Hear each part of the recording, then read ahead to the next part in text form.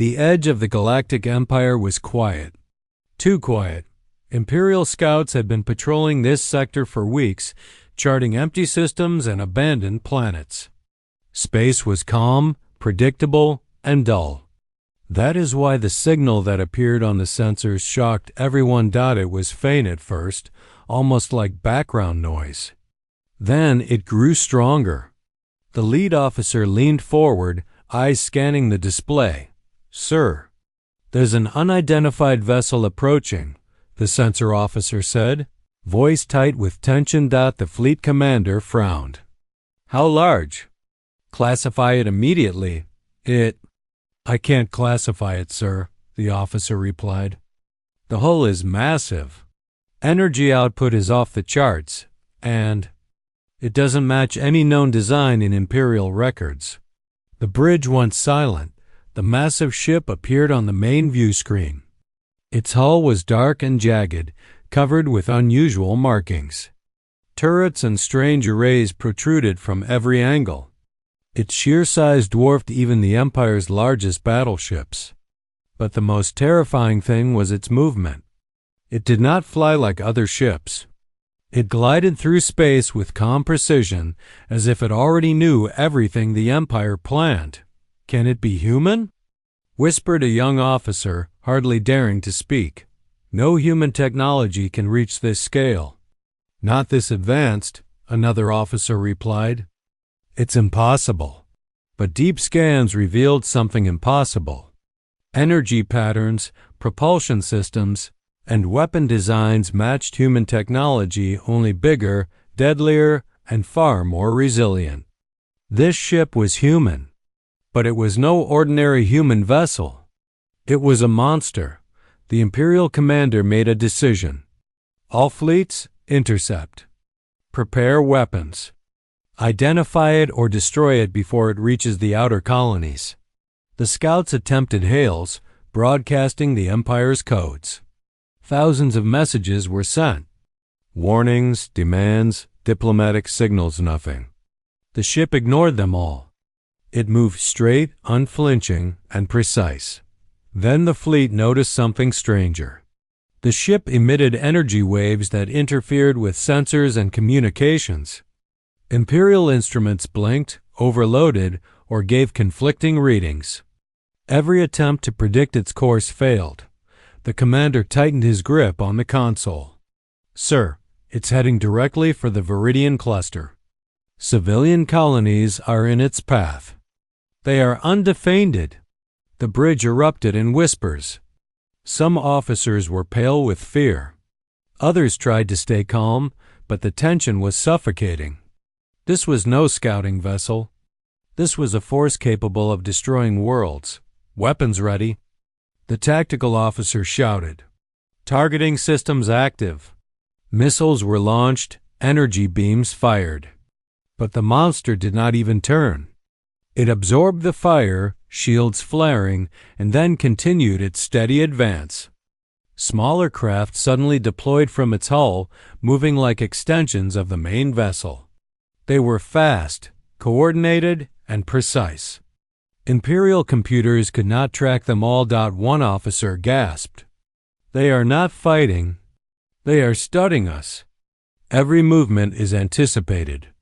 Every weapon strike countered. The young officer from before looked at the display, eyes wide. "Sir, it's human. All of it humans." The commander shook his head slowly. "It shouldn't be possible. Humans can't make ships this large, this powerful. And they shouldn't exist in this sector at all. But every scan says otherwise."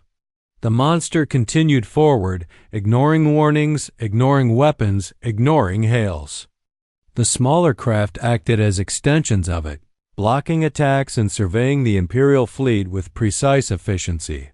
From the observation deck of a nearby colony, civilians watched in awe and fear.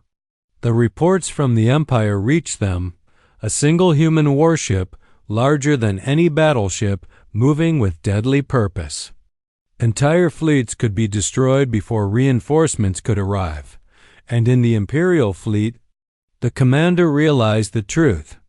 They had never faced anything like this. It was human. It was massive. It was unstoppable. And it was heading straight toward the Empire's outer colonies. The unknown signal had arrived, and chaos was about to follow. The Imperial fleet scrambled to respond.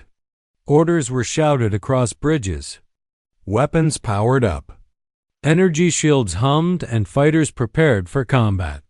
Yet, even as the fleet moved into formation, fear spread like wildfire. "Sir, sensors are failing," the lead officer reported.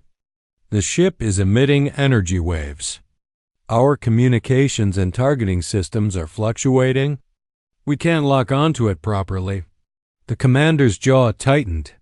"Adapt, compensate, use manual targeting if necessary. We cannot let it reach the colonies." The mysterious ship continued its steady advance. It did not fire, did not respond, and yet its presence caused chaos. Imperial ships fired cautiously, beams cutting through space, missiles streaking toward their target, but the monster was always one step ahead. Shields flared, weapons were intercepted, and Imperial strike teams missed again and again. Then smaller craft launched from the ship. They were fast, precise, and terrifyingly coordinated. They moved like one living organism, blocking Imperial attacks, striking vulnerable points, and rejoining the main vessel as if connected by some invisible network. "Sir, it's like the ship is alive," a junior officer whispered. "It reacts before we even think of attacking." Imperial admirals stared at their consoles in disbelief. Every traditional tactic failed. Their fleets, which had crushed rebellions and alien raiders, were struggling to even hit a single craft. Panic spread across the bridges. Orders became frantic, confusion grew, and discipline wavered. The commander tried to rally them. "Focus fire. Protect the colonies. Do not panic." But the ship seemed unbothered. Its smaller craft moved to shield the main hull, absorbing damage while positioning themselves for calculated strikes. Imperial cruisers exploded one by one. Missiles were intercepted, energy beams deflected, and entire squadrons were disabled before they could react. Reports came in from the colonies. Civilians were terrified, but they noticed something strange. "The ships are not attacking the planets," one observer said. "They are only engaging our fleet." Imperial officers were confused. The humans were not raiders. They were not here to conquer. They were here for something else, something no one could yet understand. "Sir," the tactical officer said, voice shaking, "every move they make is calculated. They anticipate our attacks. They protect each other and avoid unnecessary damage. They're different." The fleet commander clenched his fists. "Different or not, we must stop them. Concentrate fire on the main vessel. Bring all weapons to bear." The monster seemed to anticipate this. Smaller craft moved instantly to intercept every attack, sacrificing themselves if necessary, while the main ship shifted slightly, absorbing the remaining fire. Imperial admirals had never seen technology adapt so quickly, never seen tactics so fluid. More alarms went off, "Sir. Reinforcements detected in hyperspace. More ships are arriving, moving toward the battle." The commander froze. "Impossible. Those regions are empty. Or at least they should be." "Yes, sir. But readings confirm it. Multiple human ships, older models, yet fully operational and armed." The Empire began to understand the truth. They had faced humans before, but never like this. Entire fleets could be hidden in unexplored sectors, ships built to survive decades, even centuries of warfare. These humans were not just fighters, they were survivors, and they were coming for them. The bridge was silent except for the alarms and the hum of energy shields. Every officer realized the same terrifying fact. The humans had arrived, and the Empire was unprepared. The monster at the center of it all continued forward, ignoring hail attempts, ignoring threats, and moving with terrifying purpose. The outer colonies waited, unaware of the scale of the threat. But the Imperial fleet knew the truth. Humanity had appeared. And the Empire was about to fall into chaos. The Imperial fleet staggered under the relentless assault. Every strike they made was anticipated, blocked, or absorbed. Every maneuver was countered before it could be executed. Panic had begun to set in among the admirals. Then the truth became clear. Sensors captured detailed readings of the massive ship at the center of the assault. Energy signatures, weapon patterns, and hull structure all pointed to a shocking revelation. This was human technology. A vessel of impossible scale, far larger than any human ship previously known, and yet unmistakably human in design. The lead officer stared at the readings. "Sir, it's human. Every system, every weapon array. It's all human technology." "But how?" "These ships shouldn't exist in this sector. They shouldn't even exist at all." The commander ran his hand through his hair. Centuries-old records say nothing about humans building ships this large or powerful. And yet, here it is, leading a fleet. The human ship was not alone. Smaller craft moved in perfect coordination around it. Missiles, energy beams, and boarding pods struck Imperial vessels with deadly precision. Imperial ships tried to retaliate, but their attacks were ineffective. Every ship destroyed or disabled revealed something even more terrifying. The humans had more reinforcements waiting in hyperspace. "Sir?" "More signatures," a sensor officer said, panic in his voice. "Old human designs. Some are centuries old, yet fully armed. They're joining the battle." The commander's eyes widened. They've hidden fleets for decades, maybe centuries. And now they're here. The humans are not just powerful, they are organized, relentless, and unstoppable. Imperial historians began scanning old logs, trying to understand. Tales of humans surviving deathworlds, thriving on harsh planets, and enduring wars that destroyed other species suddenly made sense. Humanity had been underestimated for generations, and now the Empire faced the consequences. As the battle raged, the monster at the center continued forward. Its smaller craft struck with surgical efficiency, shielding the main vessel while attacking critical Imperial targets. Entire squadrons were annihilated before reinforcements could arrive. Command ships fell in minutes. Superweapons failed to penetrate human shields. Kilari observers, monitoring through Imperial channels, gasped. "They are not just fighting," one said. "They are teaching the galaxy a lesson. Every move is precise. Every attack, planned." The outer colonies remained untouched, civilians safe behind the wall of human warships. The humans were not raiders, not conquerors. They were guardians in a terrifyingly efficient form. The Empire realized it had made a terrible mistake. Humans were not merely a technological threat. They were a species that fought differently, surviving battles that no one else could endure, hiding fleets that could emerge at the perfect moment, and striking with unmatched precision. The monster and its fleet were rewriting the rules of war. Imperial officers could only watch in fear as humanity revealed its true strength. And the horrifying truth sank in: this mysterious ship was only the beginning. More human fleets were on their way. The Galactic Empire had underestimated humanity for the last time, and the galaxy would never forget what was coming. The Galactic Empire had expected chaos when the unknown human ship appeared, but nothing could have prepared them for this. Their fleets, armed with superweapons and led by experienced admirals, were failing at every turn. "Form a defensive perimeter," the fleet commander shouted. "Concentrate fire on the main vessel. Destroy it at all costs. Imperial ships moved into formation, cannons firing, missiles launching. But the humans reacted instantly. The monster at the center absorbed the strikes, its shields flaring, while smaller craft intercepted attacks and repositioned with deadly precision.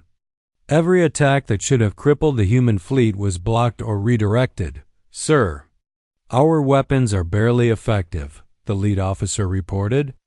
"The shields, they adapt to every strike." The commander clenched his fists. "We cannot underestimate them. Adjust tactics. Focus on support ships, destroy the escorts first." But every attempt failed. Boarding teams tried to breach human vessels, only to be repelled by precise countermeasures. Missiles were intercepted, energy beams deflected, and the humans struck back at critical Imperial targets with surgical efficiency. Even the Empire's superweapons were useless. Lasers and missiles that could obliterate entire fleets barely scratched the human formation. The monster moved as if it anticipated every move, controlling the smaller ships as extensions of itself. Imperial admirals realized with growing horror that their conventional strategies were worthless. Reports flooded the flagship. "More human ships detected in hyperspace, sir. Older models. Some thought destroyed decades ago. They are joining the battle." The commander's face hardened. They have been hiding fleets for generations, and now they strike with perfect timing. Outer colonies watched from orbital stations, amazed. Civilians realized that the humans were not attacking the planets. Every strike targeted only Imperial ships, protecting innocent lives while inflicting maximum damage on the enemy. "They are not just fighting," an observer whispered. "They are teaching a lesson. Every move is calculated. Every loss planned." The Empire tried desperate tactics. Concentrated volleys, ramming maneuvers, and full-scale boarding operations were launched. Human ships adapted instantly. Damaged vessels sacrificed themselves to protect key units. Even centuries-old ships operated with coordination that defied logic.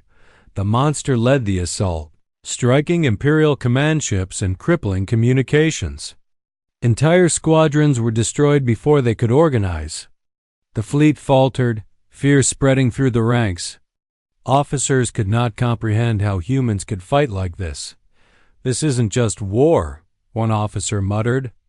"It's strategy, precision, and survival, combined into one force." The Empire began to retreat in pockets. Their superweapons failed, their fleets scattered, and their admirals realized the truth. Humans did not fight like any other species in the galaxy. They did not fight to win. They fought to end wars efficiently and survive. The monster and its fleet pressed forward, unrelenting. Imperial forces were decimated, yet the humans maintained order, protecting the outer colonies from even the slightest damage. Civilians began to whisper stories of the human stories that would grow into legends, and as the battle raged, one thought became clear to every Imperial officer: conventional tactics cannot stop humans, the monster. The enormous human warship and its fleet were rewriting the rules of war, and the Galactic Empire was learning. Too late, the cost of underestimating humanity. The final phase of the battle had begun. The Galactic Empire had thrown everything into the fight: capital ships, superweapons, and their best pilots. But the human fleet was calm. Every vessel knew its role. Every movement was precise, every attack calculated. They were ready for the final strike. The monster, the enormous human warship, led the formation. Smaller craft moved like extensions of its hull, shielding each other and striking Imperial targets with deadly accuracy. Even damaged ships pushed forward, protecting weaker units while maintaining the offensive. Every sacrifice was deliberate, every maneuver planned. "All units," the human commander ordered, "execute final protocol. End this battle now." Reactors linked across the fleet, energy flows synchronized. Shields flared, engines roared, and weapons hummed with power beyond anything the Empire had seen. Even older, battered ships became deadly once integrated into the formation. The Empire unleashed superweapons, firing volleys of energy and missiles. But the humans had anticipated it. Shields absorbed the fire, sacrificial vessels blocked critical hits, and boarding teams neutralized enemy command ships before they could retaliate. Every attack that should have destroyed a human vessel was rendered useless. Then the humans struck decisively. Linked reactors released controlled energy collapses, tearing through the Imperial fleet. Command ships exploded. Supply lines vanished. Superweapons failed. In minutes, the once mighty Imperial fleet was crippled. Silence followed. Where hundreds of ships had fought, only drifting wreckage remained. The outer colonies were safe. Civilians emerged from shelters, staring at the aftermath in awe. Human crews immediately moved to assist. Rescue teams salvaged survivors from wreckage, recovering pilots, engineers, and soldiers who had refused to abandon their posts. Humanity had taken losses, but the mission was complete. Every operational ship moved to protect colonies and stabilize the system. A transmission reached the human flagship. Imperial commanders, trembling, spoke into the channel. You saved us," they admitted. The human commander replied calmly, "We didn't come for thanks. We came because someone called." Across the galaxy, recordings of the battle spread. Other species watched in disbelief. Humans had refused to retreat, absorbed enemy fire to protect innocents, and struck with surgical precision. They had survived battles that no other species could endure. The Galactic Empire was humbled. They had underestimated humans for centuries. They had thought humans were primitive, weak, and disorganized. Now they knew the truth. Humans are survivors, strategists, and warriors unlike any other.